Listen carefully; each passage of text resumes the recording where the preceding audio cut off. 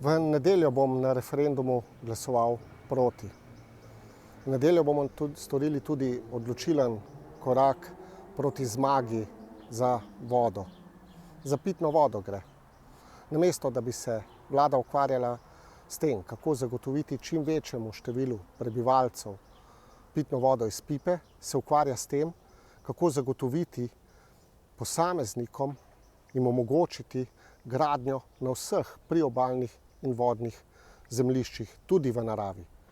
To je bilo pa do sedaj absolutno prepovedano. Pravijo sicer, da bodo strogi pogoji, a saj vemo, vsak investitor, ki ima možnost graditi, bo našel pot, da uresniči svoj cilj. V konkretnem primeru to pomeni, da bo gradil na obalah naših jezer, rek, potokov in tudi morja. To resnično ni prav.